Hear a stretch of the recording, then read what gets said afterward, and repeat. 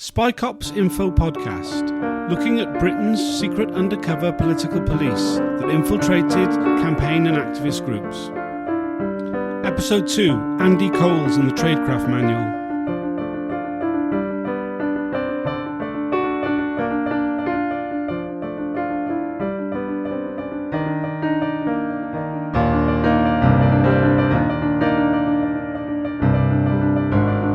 Welcome to the Spy Cops Info Podcast. Today we're talking about Andy Coles and the Tradecraft Manual. I'm Tom Fowler. I'm joined with Chris Bryan and the Cover Research Group. And Jessica from, Police Spies Out of Lives, but I was also in a relationship with Andy Coles back in 1992-93. Coles went by the pseudonym Andy Davey when he was deployed in 1991, originally infiltrating active resistance against the roots of war, better known as Arrow. But he didn't stay there long and was soon infiltrating the animal rights scene. Unlike the left, the animal rights scene doesn't have the same sort of structures, so he couldn't get himself elected into a position within a party or anything, so he had to find other ways to get himself into the organisation. He did this a number of ways, most notably by owning a van. He gained the nickname Andy Van, in fact. This is a pattern we see quite a lot, isn't it? Yeah, we're not sure exactly when it first starts, the use of the van. As we discussed in episode 1, it certainly wasn't in the very early days between 68 and 71. It certainly happened after that. But yeah, so it was definitely prevalent from the 90s onwards, that's for sure. And it's these kind of tricks like owning and driving a van that Andy Coles writes or is identified as the author of by the Inquiry in this document they released a couple of years ago, the Special Demonstration Squad Tradecraft Manual. This was the only thing that the Inquiry released for about 2 years, but it's a heavily redacted document. It is. It's heavily redacted. Some sections are completely redacted, even the chapter titles. It is, but there is plenty in it. Okay, yeah. So it's quite a long document. In fact, it's 140 pages, including appendices. And it has an introduction, which is probably it's a good idea to. I think it's good to put it into context. What it was for. So it says here, the Manual of Tradecraft is designed both for new members of the squad and a guide to best practice for members of the squad during their posting. Now, if you remember that phrase, because when we go through other bits of it, I think that's key. That it is supposed to be a guide for best practice. Right. So, this is an official document. This is, something which, like you say, we think is the second edition. So it's liable that certainly after 1995, any Special Demonstration Squad officer would have read this document and be referring to it for their deployment. Yeah, I think my main thing with it is that new officers would be inducted by reading this. Yeah. And as we see, they'll also be inducted not only in the tradecraft method, so to speak, but also in the attitude of the officers. Right. So that they would know what to expect and how to behave almost as well. So it's a sort of reflection of the culture. One of the most controversial bits of the way in which the Spy Cops operated was around the way in which the names they chose. And this particular section of the Tradecraft Manual has got a particularly gross language within it.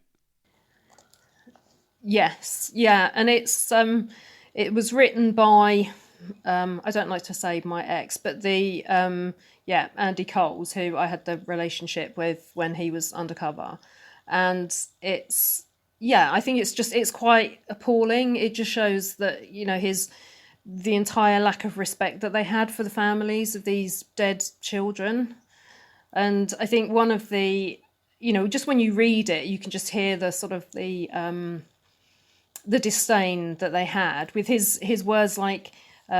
Finding a suitable ex-person, usually a deceased child or young person with a fairly anonymous name, and said if the death was natural or otherwise unspectacular, then that would be the identity that they would use. And they had to try and establish the respiratory status of the dead person's family, and if they were still breathing, where they were living. So in case sort of the activists found out where the family was and went to check up to see if they were who they said they were. But yeah, I think it's appalling. And as and another nice touch is the assuming squatters' rights over the unfortunate's identity for the next 4 years. I think is just appalling. Yeah, I mean, it reads as if he's trying to be funny. It's as though it's his comedy moment, and it's to make it as amusing as possible. If that sort of, I don't know, is that supposed to make it more palatable or more acceptable for them to actually do? I mean, I have to say, as being a family member of of a dead child, I find it particularly disgusting. Just think, if that's how he considered my family, then as the family of a dead child, it's it's just horrific. It's another part of the dehumanizing nature of a lot of the language within the tradecraft manual, isn't it? Yes, yeah. There's sort of where the others, sort of it's them, certainly them and us, and they don't care. And I mean, particularly there's certain things in this that actually really sort of are very personal to me.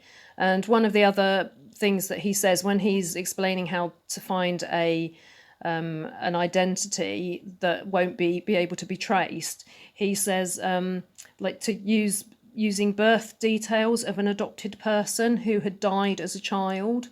Well, my brother was an adopted person who died as a child. I was adopted.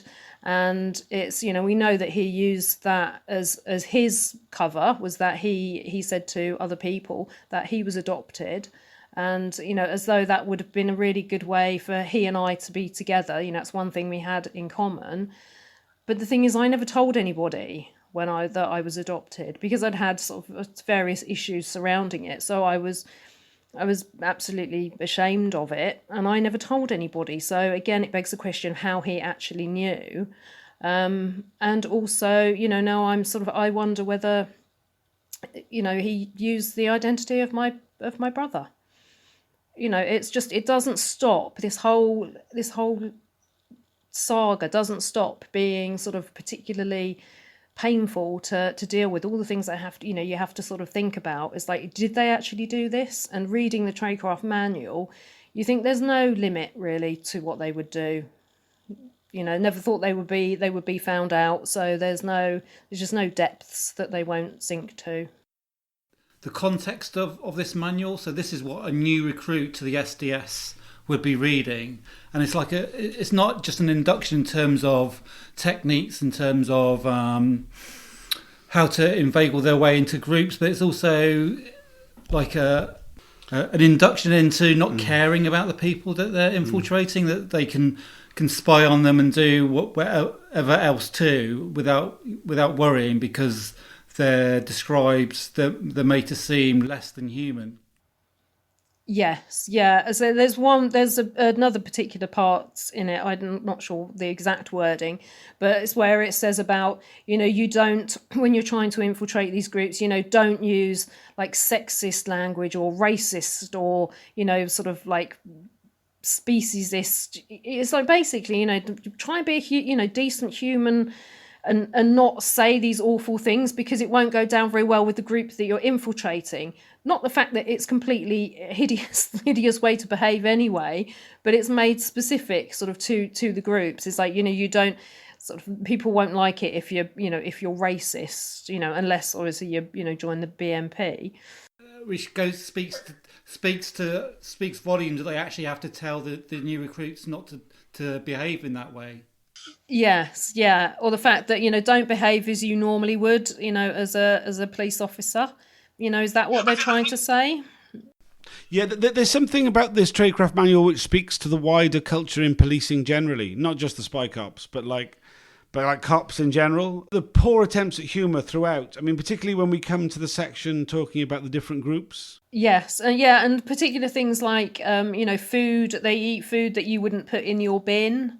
Whether that's sort of with reference to they used to the group that he infiltrated around sort of the Brixton do like dumpster diving behind one of the supermarkets, and used to get sort of like old like produce that had been thrown away but that was perfectly fine.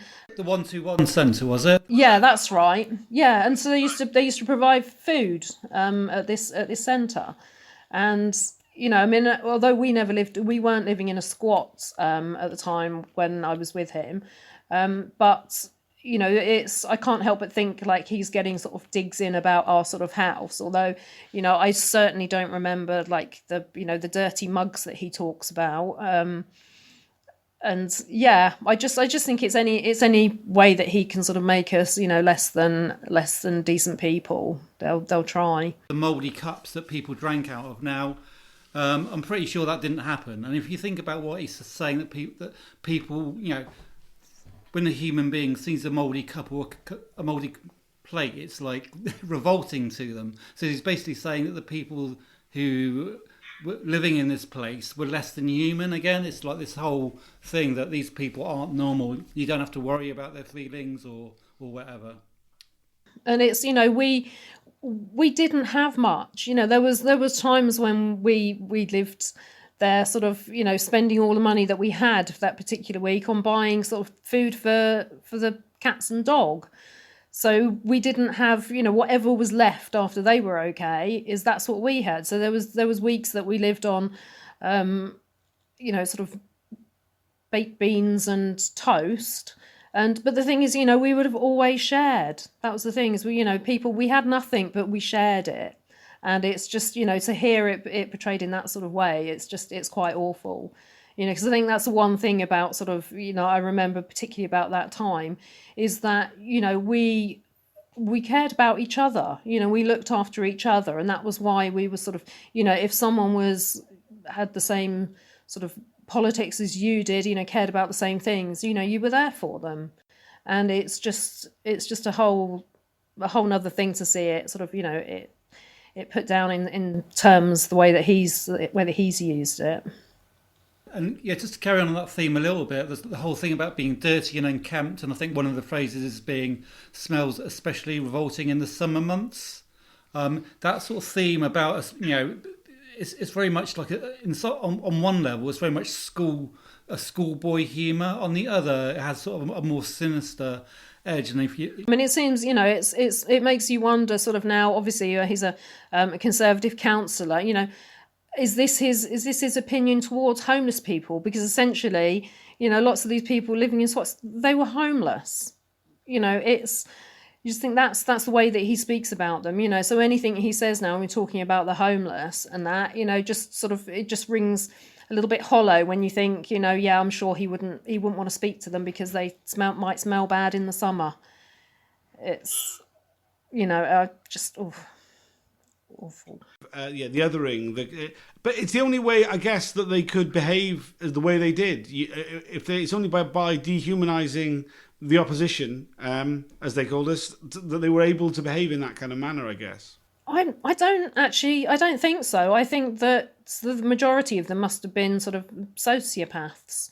I think it takes a particular kind of person to do the things that they did, and without, because the justification just wasn't there. All this about sort of, they're extremists and everything. From the majority of the evidence we've had from the undercovers themselves giving evidence and from their statements from the inquiry, they weren't seen, the groups they were infiltrating weren't seen as, as a threat in any way, shape or form, the majority of them. So it's, and they've said that they were actually decent people, and, some of them were even teachers and doctors. With the way that he says it comes across quite differently from the way that other people, in his words, I think he's got to, I think he has to just put everybody down. Yeah, this is very much an internal document that was never meant to be seen by anybody outside the Special Demonstration Squad. and I guess it's very much like a way of sort of supposedly building up a kind of groupthink mentality of a way they operated. From the first phase of the hearings of the inquiry, there was a memo released, which is basically a Home Office directive forbidding the participation of undercover officers or informants in crime. There's a similar memo in the appendix, one of the appendices of the SDS manual. In Appendix C, which states simply, you cannot take part in crime. At no time can you instigate, counsel, or procure others to commit a crime. But then the very next paragraph, it says, on the other hand, the above sentiments are laudable, but the boundary between right and wrong in the SDS arena is never clear-cut, as the provisions of this memo would have us believe. So basically, it says you can ignore that, and I think before we go into about participation in crime, I think you could say that about the whole way they operated. There's all these rules, but you can just ignore them. Yes, yeah, they seem to. I mean, certainly that's, as far as like the agent provocateur goes. We know from so much of the evidence that that wasn't actually the case, and the same goes for Andy. He organised a raid on a chicken battery farm, and so he drove everyone there. It wouldn't have happened without him. And, so how is that not sort of like organising or counselling, the commission of this? And, we know sort of time and time again that it happens, including sort of Bob Lambert and the fire bombs in the, or incendiary devices in the store. The chicken coop raid, was it? You say he planned it. Did he actually participate in it as well? Yes, yeah. He drove the vehicle. So yeah, it was. He drove everybody there. We, went in, rescued the chickens, and then he drove us away. We were stopped by the police on the way back, and we thought it was peculiar at the time that we were allowed to go. But, now it begs the question of whether or not the local police knew about it. And, we were, obviously it must have been authorised. But, it wouldn't have happened without him. So, so much for the agent provocateur. Yeah, I mean, we wouldn't have been there if it wasn't for Andy. It wouldn't have happened and we wouldn't have been there. So I think that's sort of, that's reasonably black and white. Yeah, one of the things we've been saying repeatedly throughout the tradecraft manual is that most of it's about not getting caught. I mean, not getting caught seems to be more important than anything else they do. It's it's, from the beginning to the end, it's all about not revealing the fact that not just that they're an undercover, but that the units in general exist. That seems to be their sort of their. From the tradecraft manual, that's the number one concern. There's very little in there about like what information to gather or what their job is whilst they're deployed. The actual trade part of the tradecraft doesn't seem to come into it too much. No, it just seems to be sort of like reading the from the officers that have already given evidence in the inquiry. It seems anything and everything. It's how that would help, I don't know. And you can sense that they're trying to justify all the things that they're telling people. So the ridiculous things like sort of jumble sales and cake sales and sort of things like that. It's I mean, it must be embarrassing to to have to try and justify why you're reporting the things that you do. It's not. It's just mostly it seems to be boring meetings where people argue and like people walk out. It isn't really. Yeah, I can't see the justification for a lot of it. Well, as we now know, not only they were reporting all these meetings, but every single report was copied to MI5. Protecting the realm apparently by monitoring campaigns for children's nurseries. Yes, yeah. I mean, it begs the question: what did MI5 think of it? I mean, did they used to laugh every time it came in and said, no, not a Women's Liberation Front jumble sale. We must, we must arm the troops. It's Put that in the priority tray. Yeah.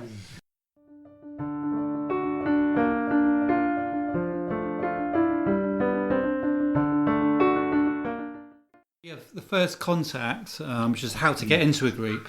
So there's basically one way which seemed to be quite the most popular way, which is to get into a group via a big demonstration or a big action or something where you just turn up and then you get chatting to people.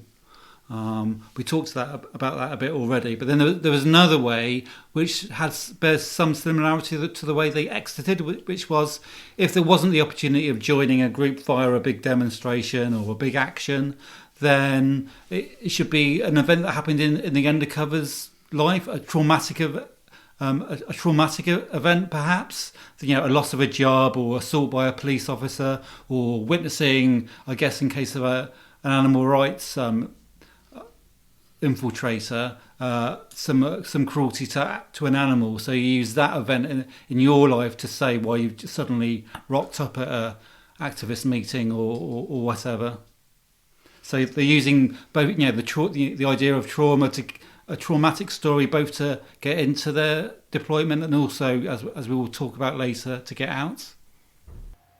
Yes, yeah, that was a definite sort of tactic that they used, was to anything traumatic. It was basically anything to sort of to get people to, I think, to empathise with them.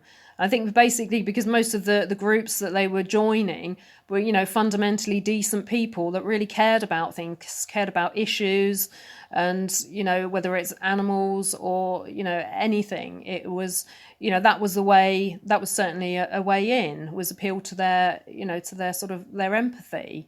And so, yes, I mean, I don't actually remember sort of when Andy joined our group, or what his sort of backstory was. I mean, as far as I can remember, there really wasn't very much of one. But yeah, that's particularly an awful way of infiltrating a group. But the exit, as using it as an exit strategy again, is just, that's an awful lot of damage was done to people, using that. Various officers used traumatic stories like Michael Jacobs claimed that he was a victim of domestic violence from a previous partner, which he'd escaped. Other people talked about deaths in their families. The spy cops dealt in trauma. I mean, they used trauma as part of their entry. They used trauma for to leave, and whilst they're there, they, like you say, I think it's hugely based on the need to get people to empathise with them, but also just a heightened state of traumatic times. That's what influences us as humans, right? It's trauma. But Jason Bishop, for instance, left saying that his partner had a miscarriage, and similarly, John Dines as well. Also, apparently, so he said, he began to display symptoms of a mental breakdown. So, yeah, pretty awful, really. And similarly, you could say, similarly with stealing a dead child's identity, totally unnecessary, even if you accepted that undercover policing in this area was necessary, which obviously we don't.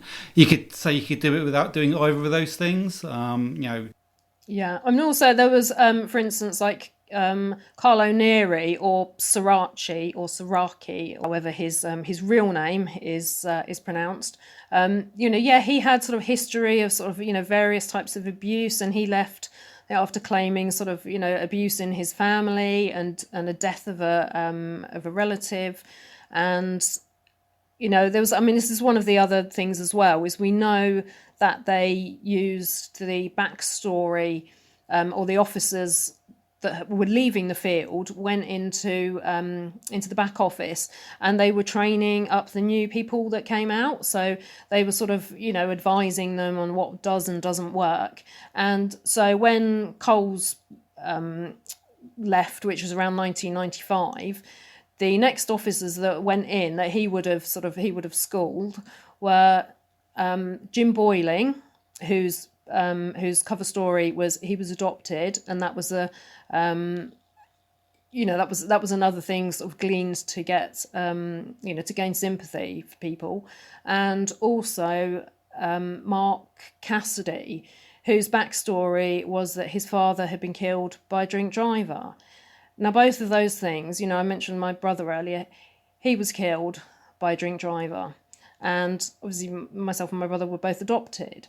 And, there is a big part of me that thinks that, those things, he's used, the worst, most painful aspects of my life to then give the other officers, a sort of a reason to, to worm their way into other people's lives. The whole thing is just sickening, and it is using that, the trauma.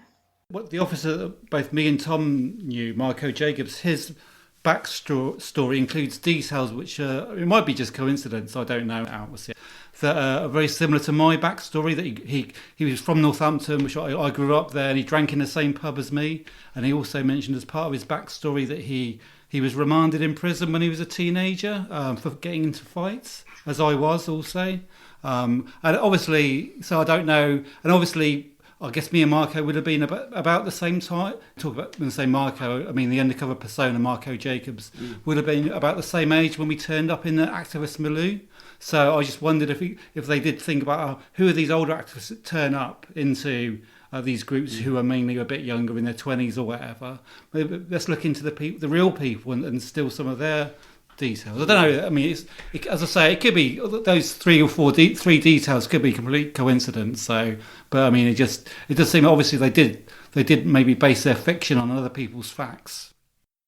Yes, yeah, there were. I mean, I know sort of some of the other cases as well of different sorts of childhood abuse where the officer has turned up and has had, exactly the same thing happen. So I think that's, that does certainly seem to be a tactic, is pick something that, that either you're, either the target or one of the sort of people around the target, that it will actually sort of, resound, they'll have an understanding of it, and that's your in, I suppose. That's a cynical way of looking at it, which I'm sure is what they had. I think the more that you think about these things and the more that you talk about these things, the worse it actually gets. I didn't know that, Chris, and I think there's sort of I don't talk an awful lot, or I try not to talk an awful lot about sort of my my own personal background. But, I actually, now it feels like it was used. So, essentially I don't, I have to talk about it because I really feel that, that was part of my sort of private life that I just don't have anymore. It's like those things have been taken and used for the worst of reasons. It's one of those ones about, by having so much trauma wrapped up in their deployment. It's like though they leave enough things behind so that the influence of their deployment outlasts the time they're actually in the field. It's kind of it feels. I mean, maybe I'm reading too much into it, but it feels deliberate to me. It feels like that's the idea. That's the point. Yeah, I think so. I mean, you can't, there's plenty of reasons why people leave different places. They could come up with any reason, but why it has to be the worst reasons, and we know how much sort of psychological damage it's really done to the women. Sort of there's lots of the women, spent years trying to find them. They were worried. There's where the officers are pleading that they're suicidal, and so you've got sort of like Rosa and Helen, travelled to the other side of the world trying to find their partners because they were worried. They were genuinely worried about them, and the thing is they've sort of mostly they made such sort of deep relationships with people, particularly the women, that then when they did just leave, saying that they're sort of, they can't cope anymore, any decent person would worry about that person. And it's a needlessly cruel way of doing things. It really is. People lose touch for all kinds of reasons. Why they had to make it something so painful is just, it's just an added cruelty. I mean, they could have just fallen out and moved on and said they met somebody else and had a big disagreement and did something embarrassing. They could have done so much. I mean, it doesn't take much imagination to find ways, to cut yourself off from people. I think, it was slightly different in Andy's case because he didn't actually have any close friends. I think there wasn't many people that actually went to his leaving do. And yeah, I think had he just disappeared, I don't know that anybody would have actually sort of looked for him, but his character was slightly different than sort of some of the others. Yeah, there's almost an element of melodrama to it. It's like they had to go through this thing to make themselves feel that they were a really good undercover cop because they'd done such a great job of infiltrating these groups. Then they must have this elaborate leaving story, this sort of a sub story. We can now sarcastically talk about it because we know they're all fake. But yeah, and briefly going back to the whole idea that they were sort of in a position where they had to engage in romantic sexual relationships because otherwise it would have looked weird or strange, and clearly that wasn't the case. You could be single and celibate either voluntarily or otherwise in an activist group, and no one's going to raise any eyebrows. That the idea that they had to do that to make themselves look normal is absolute rubbish. Yeah, I mean that's certainly the case in Andy's case. He was a bit different from some of the other undercovers in that he actually had a reputation of being really creepy around women, and also sort of very predatory, and the way that sort of he and I kind of got together and stuff. It wasn't, it was nothing. It's not through anything that he said. It was a lunge and a kiss, and basically I was only 19 and sort of very naive, and one of these most awful, excruciating moments where I didn't know what to do, and I didn't like him like that, and it was just I can list on one hand the amount of times that something that awkward has happened to me, and it really was that awkward. And I say I hadn't had a boyfriend before, and so I didn't know how to react, and somehow it was almost less embarrassing to end up in a relationship with him than it would be to say yuck, get off. And yeah, it was a very sort of confusing time, and now sort of looking back, I don't really know how it happened. I just think it was my age and naivety and not knowing what to do. But certainly, I wasn't the only person. He had a reputation, and in actual fact, I'm not going to be the only woman giving evidence about him at the inquiry. One of the other women, Joy, she had pretty much the same experience with him as I did, but she was older than me, and in the end sort of she had an awful lot of trouble to get him to leave her flat. But he had a habit of going around to people's houses at late in the evenings, and that's exactly what he did to her, and then made a move on her, and literally she had to forcefully throw him out because he wouldn't leave. But that was it was almost as though he was desperately trying to, not necessarily have a girlfriend, but, sort of desperately trying to, to, I suppose, just have the sex with anybody. And, we know that he also did have a one-night stand, but because, we've tried to find the woman, but we're not able to. So, isn't publicly known, and we're not, it's not going to release her name because that's not the way to find out. I didn't find out in a particularly good, not that there is really a good way, but it wasn't a good way to find out, that I'd had a relationship with an undercover officer. like so many of these things, there's so much hidden abuse that's happened. There's so many people who've been targeted who still don't know, still don't realise. Yes, yeah. We know of over 54 now, and that is when you look at the amount of names that we actually know of the officers and the names of the officers we don't know. If you multiply it, that's there's so many more, and like potentially there's other children. I think we know there's definitely one other child out there. But they will never know. This is the problem with the inquiry, is that if you don't tell a group who the undercover was in that group, if you don't give them their name, how are you ever going to know what they did? It's a fundamental problem with the inquiry, and one that is basically going to scupper the inquiry. You can't have any sort of any kind of truth if the truth is hidden from you. You're not going to get any answers. Yeah, it's ridiculous. It was like when they used to when you couldn't hear Jerry Adams' voice, but they'd have someone dubbing the exact words in an Irish accent over the top. It's just, yeah, it's crazy. But yeah, Sirachi, that's Sorachi, I think. Say as much as possible. Say his name, Carlos Sirachi. Boredom.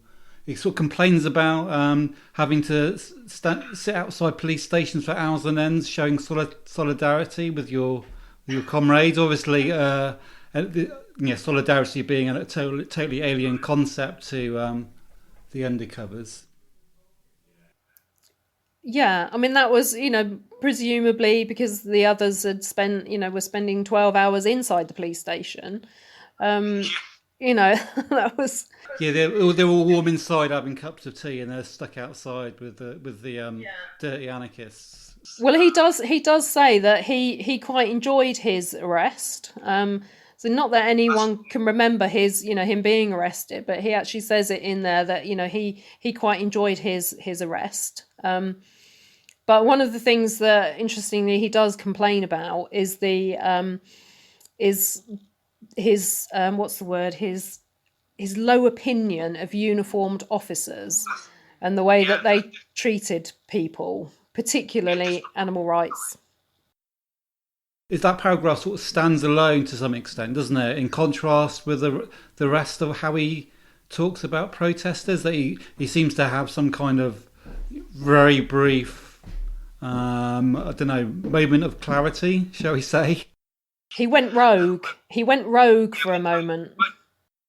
Do you think that particular paragraph was written by Coles, or because this is the second edition, isn't it? So we're kind of assuming, because there's these little sort of almost like post-it notes on the manual, and they're initialed BL, who we presume is Bob Lambert. So we wondered if like the original. I mean, we don't know. It's possible that he actually wrote the first version, but so obviously, and he infiltrated to some extent, animal rights orientated groups, didn't he? But did he actually infiltrate animal rights ones themselves? Bob Lambert? Yeah, definitely. So I mean, just out of interest, did you, in terms of the language used in the manual, we're talking about authorship, but maybe it's a bit of a trivial point, but I mean, does it sound like the undercover officer that you knew at all in any way?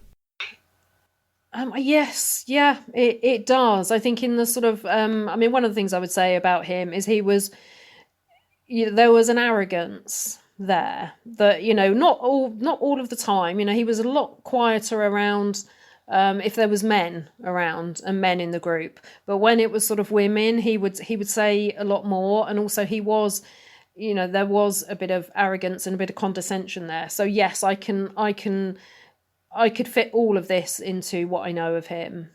I mean, particularly that. I mean, like that particular paragraph specifically, the one about how his view of uniformed police when it came to policing hunts and so forth. Like, it's a real, like, are we the baddies moment, isn't it? It's like a moment of self-awareness, which, like, just doesn't fit in with the rest of the document at all, to my way of reading it. Yeah, and there's also like a part in it where he says, he will never, in the future, he's never going to look like kindly on fox hunters, particularly terrier men. So, I mean, when he was deployed, I guess he claimed to be vegan then, but in terms of the character he portrayed, what was he like? Yeah, when I knew him, he was apparently vegan. So yes, that is obviously a must for any of the animal rights groups. Like, his character was, as much as I remember, is like he was just a bit of a wallflower. He was someone that was always in the background, that didn't sort of, when there was big meetings or anything, he didn't contribute to them. But it was slightly different when it was a smaller group of people. But he was, there was nothing. He wasn't one to sort of, to come out in a meeting with, sort of ideas, or he was very sort of, he kept his head down, I suppose, until you were in like a smaller group. I think he was. That's what he was like. But yeah, I don't, certainly. I mean, I remember him on the battery raid, but sort of otherwise and stuff, I mean, he didn't, I don't remember him sort of getting into any scrapes or anything whilst we were out hunt saboteuring. So it's very difficult, because he blended in so much, and that's not because he, because of his, his the way he infiltrated. It was just the fact that there wasn't much about him. Yeah, right. I mean, I guess he's obviously portraying some sort of character as he writes this tradecraft manual. I just wonder what his character was like with that. But I mean, with the manual, I mean, there's so much redacted, it's hard to tell, isn't it? I'd love to know what some of those redactions are. Like, particularly in the groups, what groups, when you've got your Irish groups and then you've got redactions underneath.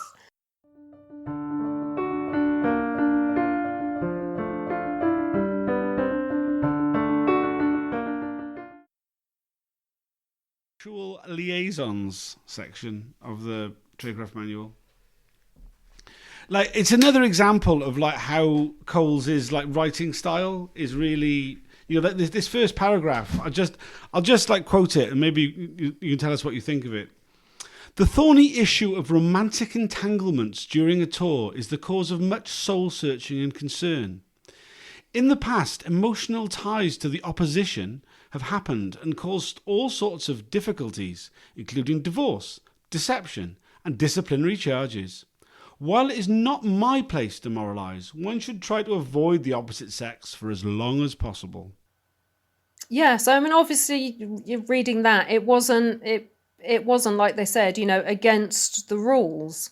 It's basically left to them to think whether or not it's right or wrong. It's very nudge, nudge, wink, wink, isn't it? Yes, yeah, you can see him sort of doing that. I mean, romantic entanglements, lots of soul searching and concern, And the alliteration, it's kind of it's done on purpose. It's all, lots of D's and all that. Yeah. I mean, it's, ironically, the word deception, which is the word that, that we've used, and they don't, the deception, I don't know who they think what the deception is, on the part of all their wives that they're cheating on, or the women, or their superior officers. It's not quite clear. But yeah, it just shows, where he says, Coles himself claims that he didn't have a relationship when he was undercover, and but it's not his place to moralise. Well, obviously not an issue. You would have thought, if had that been the case, that he would have said, they would have said that there's, you are specifically not allowed to. But no, it's obviously, I mean, if this is their actual manual, I mean, who was signed off on it? It's got to have been signed off by senior officers. And, if that is the advice, is like basically, it's, search your soul and see what answer you come up with, because they're not going to, it's no one else's place to moralise. Yeah, so there's another bit sort of further on where he said, if sort of these options are fraught with difficulty and must make up your own mind about how to proceed. If you have no other option but to become involved with a weary, you should try and have fleeting, disastrous relationships with individuals who are not important to your sources of information. I won't say our relationship wasn't fleeting. It was a sort of, a year. But disastrous, I'll agree with that. But the point of like the individuals who are not important to your sources of information, so again, not really going to help you at all. So that's saying that obviously to use these relationships, it was clearly a tactic, but not important to your sources of information, so completely unnecessary. The dehumanizing. So just find somebody not important to use. Don't use anybody too important, because it might backfire. It might be difficult. A lot of the women were central to the groups they were part of. There's no two ways about it. They absolutely were. Yes, yeah. So that's another sort of issue as well. And it's and we know, so we've seen that sort of particularly. I mean, even like Jim Boyling, when he describes his his one of his relationships, and he says she was just a waitress, she wasn't sort of actually an activist, which is complete rubbish. She was centrally one of the the activists that he was spying on. But the interesting thing here, that I think out of this is, if you have no other option, I've, again, sort of, not had many relationships myself, but, trying to put myself in a position where I've had no other option but to have a relationship. It's like, never really been a situation where someone's holding a gun to your head. It's, I can't see what having no other option. There is always another option, but yeah, I don't understand sort of the mentality in this, nor how they can say that it was never authorized, or it was never, encouraged, or, it was never expressly said, that you can't, basically it just seems to be up to the officer involved. Yeah, I mean, in terms of like who would have seen this manual, so as far as we know, we don't know if this went out of the SDS, but even if it just stayed within the SDS, that means that the head of the unit, who was of chief inspector rank, would have known about it. Just the existence of the manual itself proves that the head of the unit did know this was going on. And we have strong suspicions that it was known way further up the chain of command as well. But just in the context of the manual, it establishes that anyway. Yeah, well, and obviously, I mean, where he says that it's led to disciplinary procedures, and divorce. So it's. It's obviously is a problem, but the fact that they're still not saying, they're still not being told, that this is not, there is no authorization, and it's actually, you're not to do it. It's still obviously given the green light. Yeah, the divorce. I don't know if that might have happened more than once, but we know that an officer who used the cover name Jim Pickford, we know that he divorced his wife and then went off with a woman that he met. We don't know who this woman was or even what group she was in, but certainly they split up after his deployment, and then he married her, the woman he met on deployment. So it might actually refer to him. So look out for an episode on Jim Pickford coming soon. And also we'll hear about, although Jim Pickford's actually dead, the officer, we will hear more about his deployment in the April and May evidential hearings.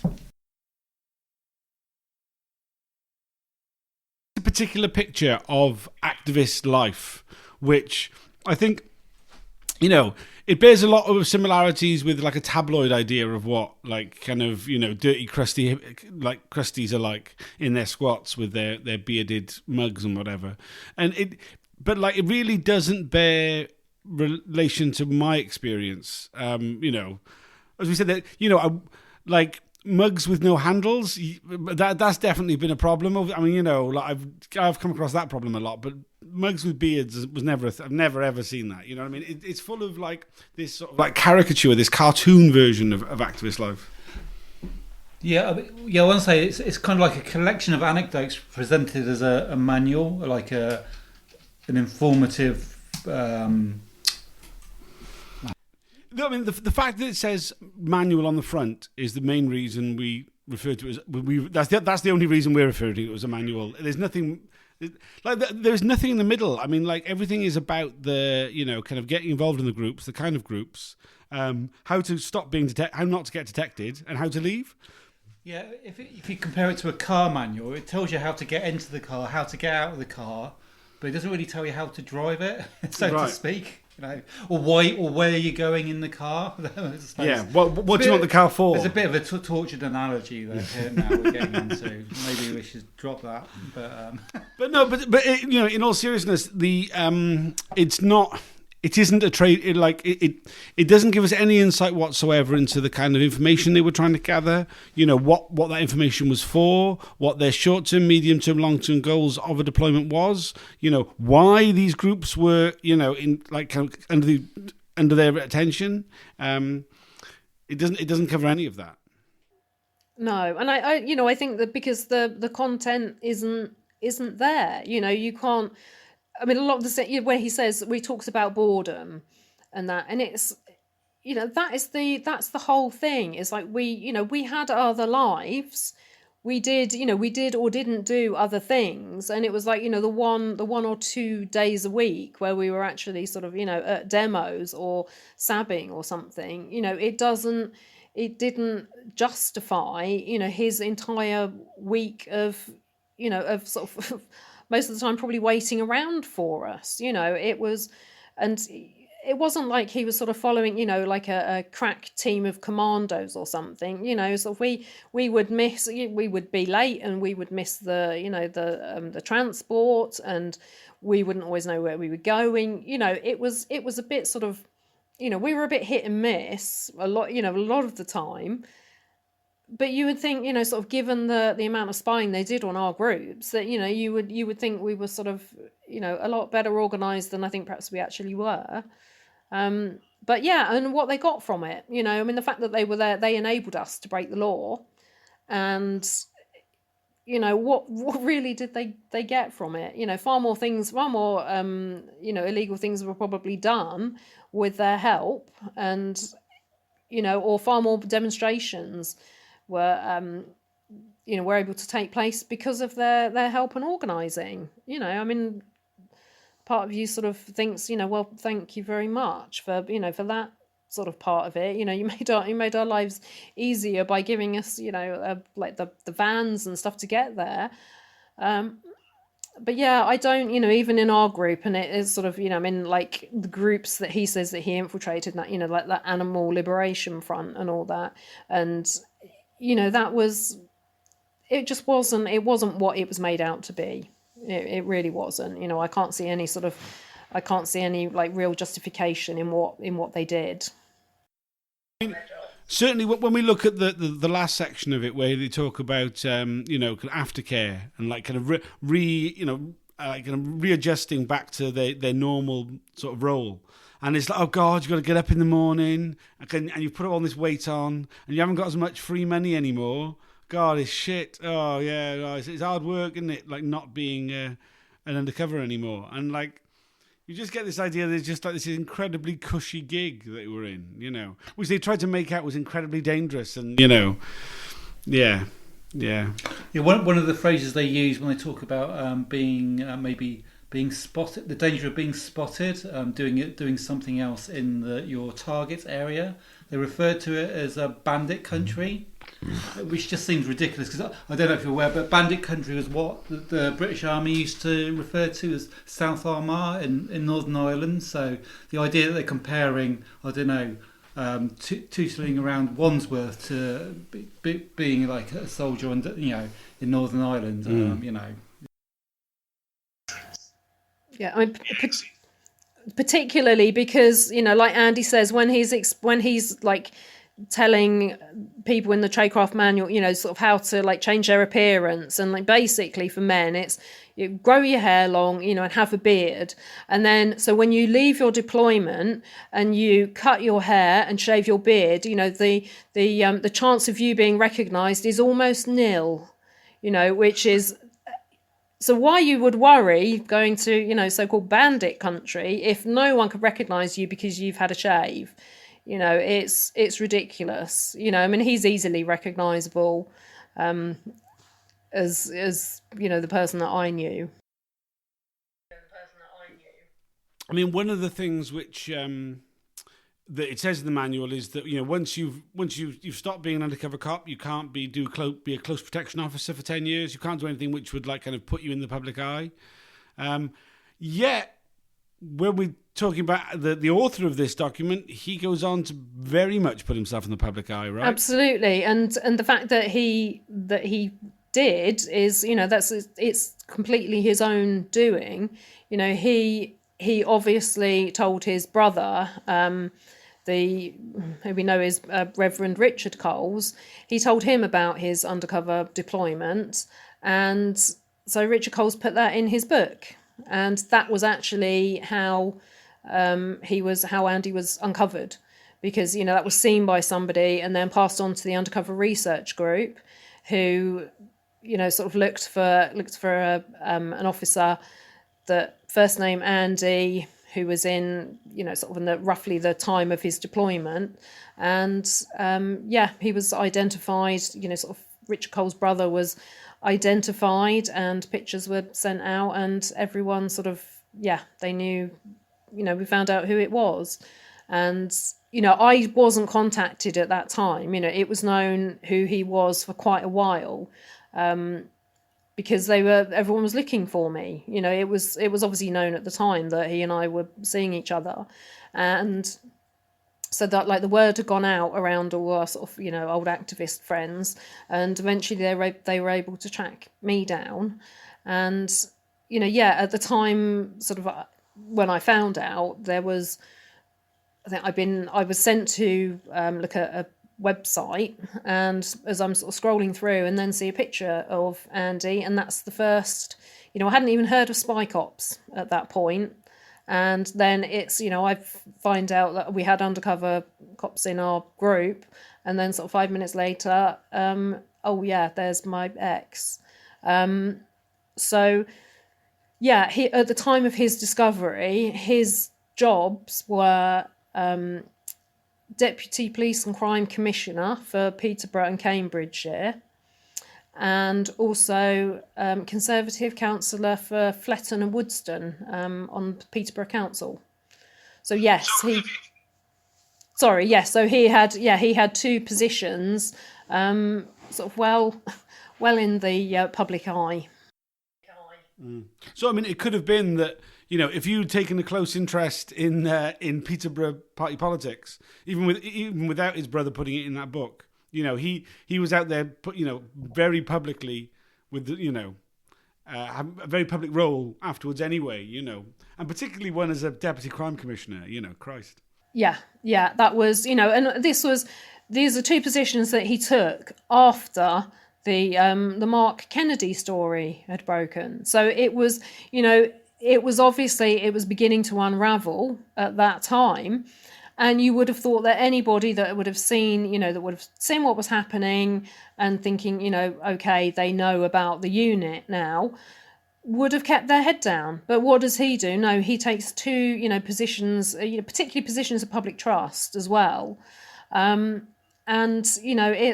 it's almost as though he wanted to be outed. That's how it seems.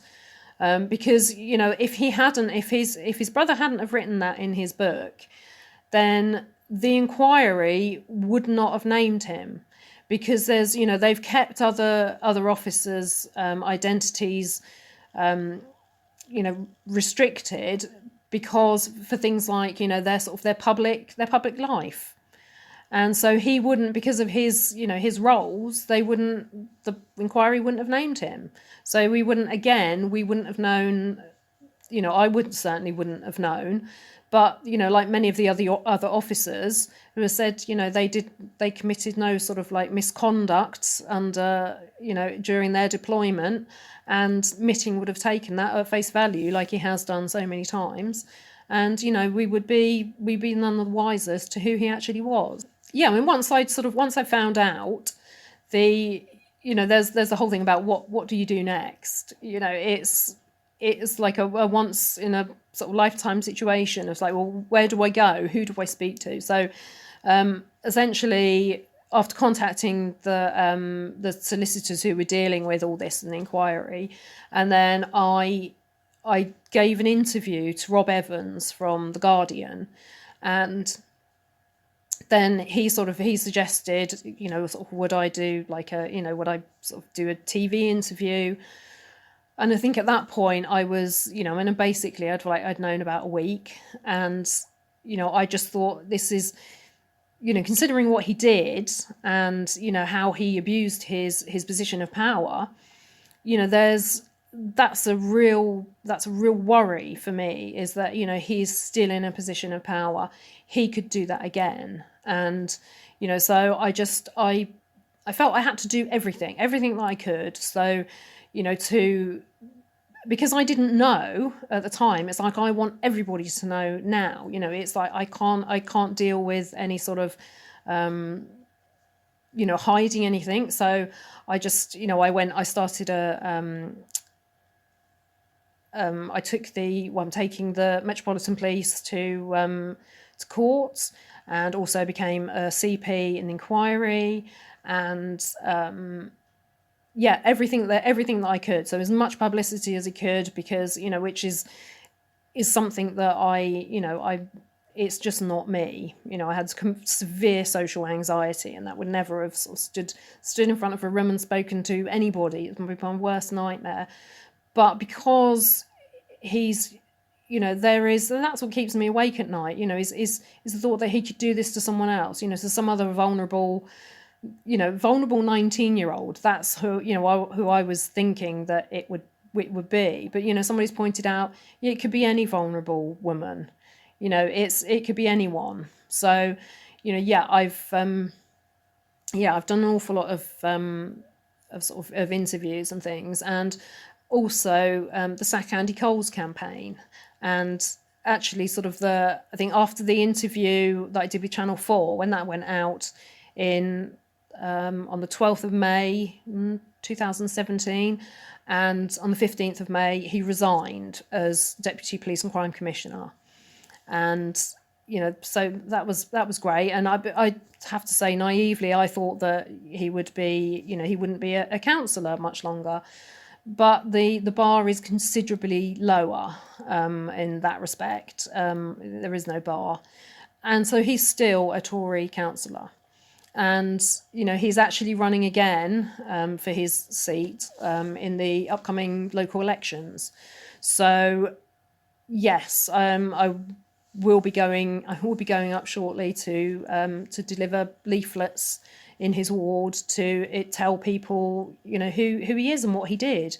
Because I think it's, that's one of the things about this whole Spy Cops thing, is that so many people don't know. It has been in the news countless times, but there's so many people have no idea about it. So, I just, it worries me that he's in that position. And so I just want people to know, so he doesn't get the opportunity to do it again. So yeah, I've got currently it's over 40,000 leaflets that we've put through doors in his ward and in Peterborough, and sort of every council meeting there was a demonstration.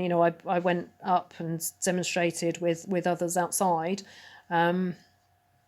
pre-COVID, because people have to know. And he also had a lot of other a lot of other sort of positions and that. I mean, particularly ones that that I thought were sort of quite concerning were his governorships of some local schools.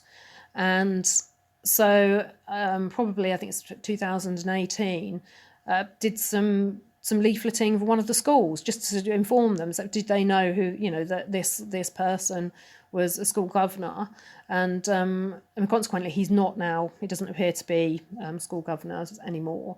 But yeah, he has an awful lot of sort of positions around things like sort of family groups and like young, vulnerable adult groups. And also he's been, I think one of the last council elections, he was voted vice chair of the Children and Education Scrutiny Committee, which, I can't, given my age at the time, and this position that he's taken is, it deals with sort of vulnerable children, and it's just completely wrong. There are so many red flags there that I just have to keep going, and so there will be some more leafleting, and also on social media there is sort of Twitter is well, if they follow you, I think you follow the Sack Andy Coles campaign on Twitter, and